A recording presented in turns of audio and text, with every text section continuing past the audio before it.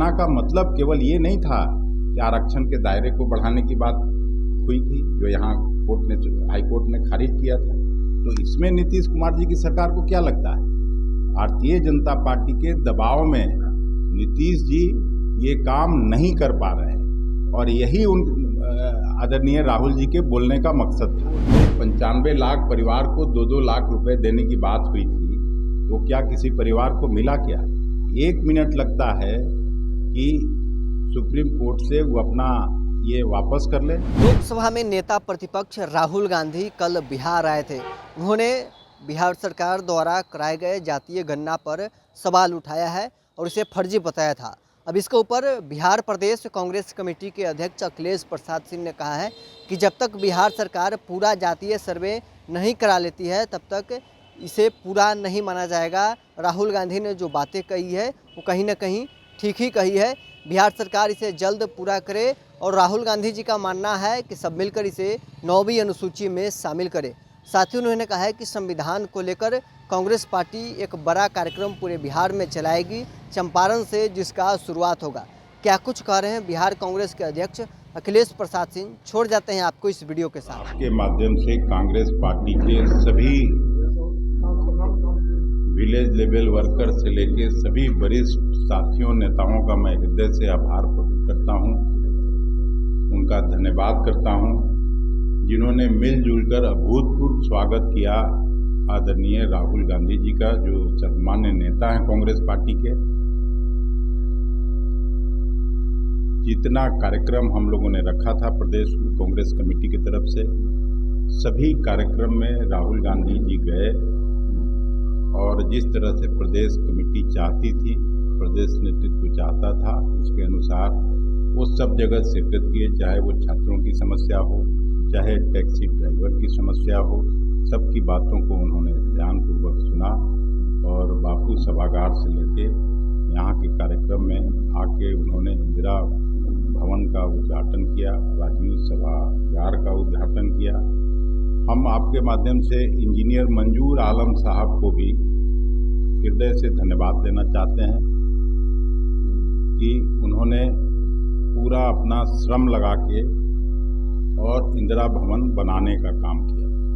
उनको हम प्रदेश कांग्रेस कमेटी की तरफ से हृदय से धन्यवाद देते हैं, अपने साथियों की तरफ से धन्यवाद देते हैं। आज जो आप लोगों के बुलाने का मकसद था कि हम लोगों का जो एक कार्यक्रम है, जय बापू, जय भीम, जय संविधान, उसको लगातार हम लोग चलाने का काम करेंगे पूरे राज्य में। और उसका शुरुआत चंपारण, सासाराम और बक्सर से किया जाएगा। फरवरी के दूसरे महीने से ये कार्यक्रम चलेगा और सभी जिलाओं में ये कार्यक्रम पूरे मुस्तैदी से कांग्रेस पार्टी चलाएगी। इसी कार्यक्रम के उद्घोषणा के लिए आप सभी मित्रों को हम लोगों ने आमंत्रित किया था। पूरी शक्ति लगा के कांग्रेस पार्टी उस कार्यक्रम को चलाएगी। हालांकि AICC ने भी घोषणा किया है और सभी जिलों में जल्द ही हम लोग एक संयोजक इस कार्यक्रम के लिए नियुक्त करेंगे। वो बाद में आपको उसका सूची दिया जाएगा। मुझे आज इतना ही कहना था और आपको अगर कोई सवाल हो तो पूछिए। जी, अभी नहीं करना है, लेकिन जब नहीं गठबंधन, हम आपने देखा होगा कि राहुल जी आए, मौर्या में तेजस्वी प्रसाद यादव जी ने स्वागत किया और जब सारा कार्यक्रम समाप्त हुआ तो राहुल जी भी कुशल क्षेम जानने के लिए लालू जी के यहाँ गए। तो उसके बाद कुछ बचता है क्या? अब फिर वही कह रहे हैं कि सवाल पर सवाल अभी मत करिए। कल के लिए थैंक यू।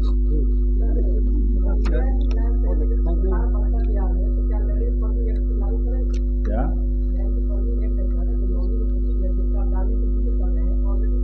अभी पहले चुनाव लड़ने दीजिए, सरकार से बाहर करने दीजिए, तब फिर आपके सवाल का रेलेवेंस होता है। और आप सबों को फिर से हृदय से धन्यवाद, फिर से सभी कांग्रेस कर्मियों को बहुत बहुत धन्यवाद। देखिए, गाड़ी में जब हम लोग आ रहे थे तो राहुल जी ने पूछा इस सवाल कि जातीय जनगणना सबसे पहले बिहार में हुआ और हम लोग सब चाहते थे कि जातीय जनगणना हो। राहुल गांधी जी का तो हर जगह जहाँ कहीं भी भाषण होता है वो इस मुद्दे को उठाते हैं, लेकिन जातीय जनगणना इसलिए नहीं हुआ था कि उसको ठंडे बस्ते में डाल दिया जाए। और उसका कारण मैं समझता हूँ, नीतीश कुमार जी हम लोगों से अलग हो गए और भारतीय जनता पार्टी के साथ सरकार बना ली। आप लोगों ने भी कई बार सवाल उठाया, उनका जवाब क्या होता है कि ये अभी कोर्ट में पेंडिंग है, कोर्ट जो फैसला करेगी तब फिर उसके बाद हम लोग फैसला करेंगे। लेकिन सही बात ये है कि डबल इंजन की सरकार की बात जरूर करते हैं नीतीश कुमार जी और विकास की बात करते हैं।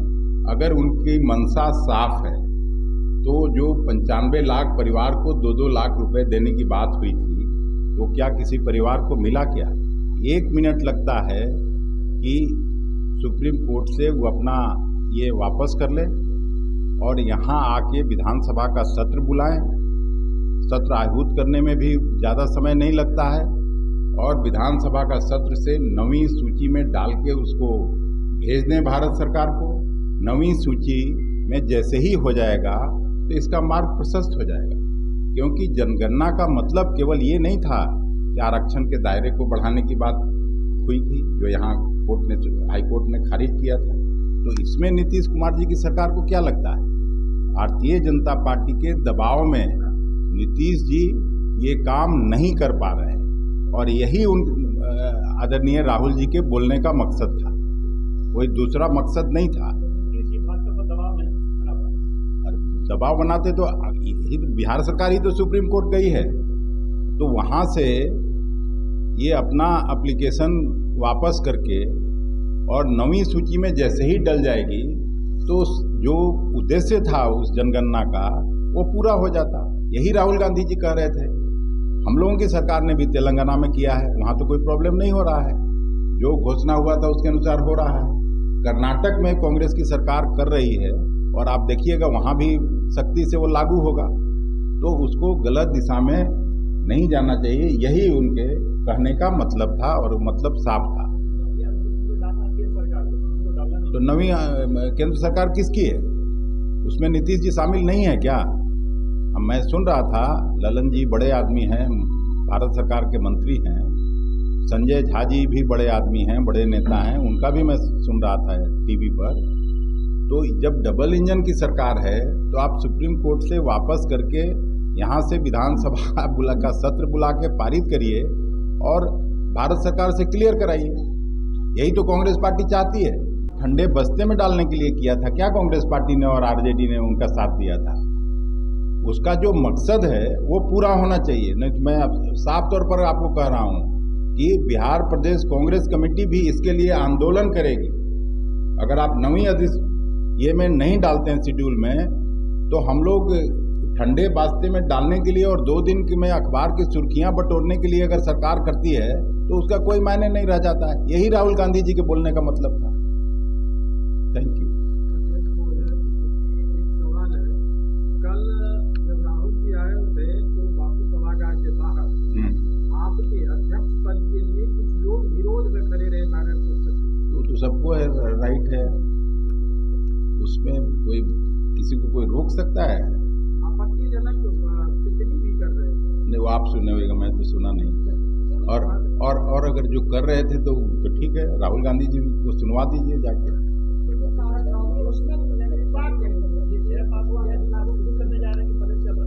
नहीं, ये घोषणा तो वहाँ से हुआ है। हम लोग का जो CWC का बैठक हुआ था बेलगांव में, वहाँ से ये हुआ है। तो इस कार्यक्रम का शुरुआत हम लोग दूसरे सप्ताह से शुरू करेंगे और पूरे उसको ये ले जाएंगे। उसमें भी कास्ट सेंसस का और ये सब बात है कि सबको, हाँ सभी जिलों में उसका शुरुआत, चूँकि जय बापू की कर्मभूमि है चंपारण, तो वहाँ से शुरू करेंगे।